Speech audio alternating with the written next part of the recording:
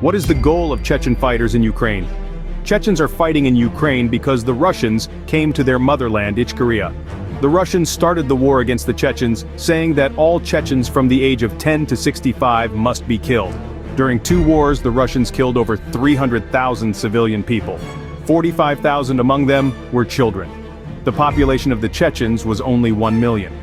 The Russians called the war against the Chechens as the war against the terrorists.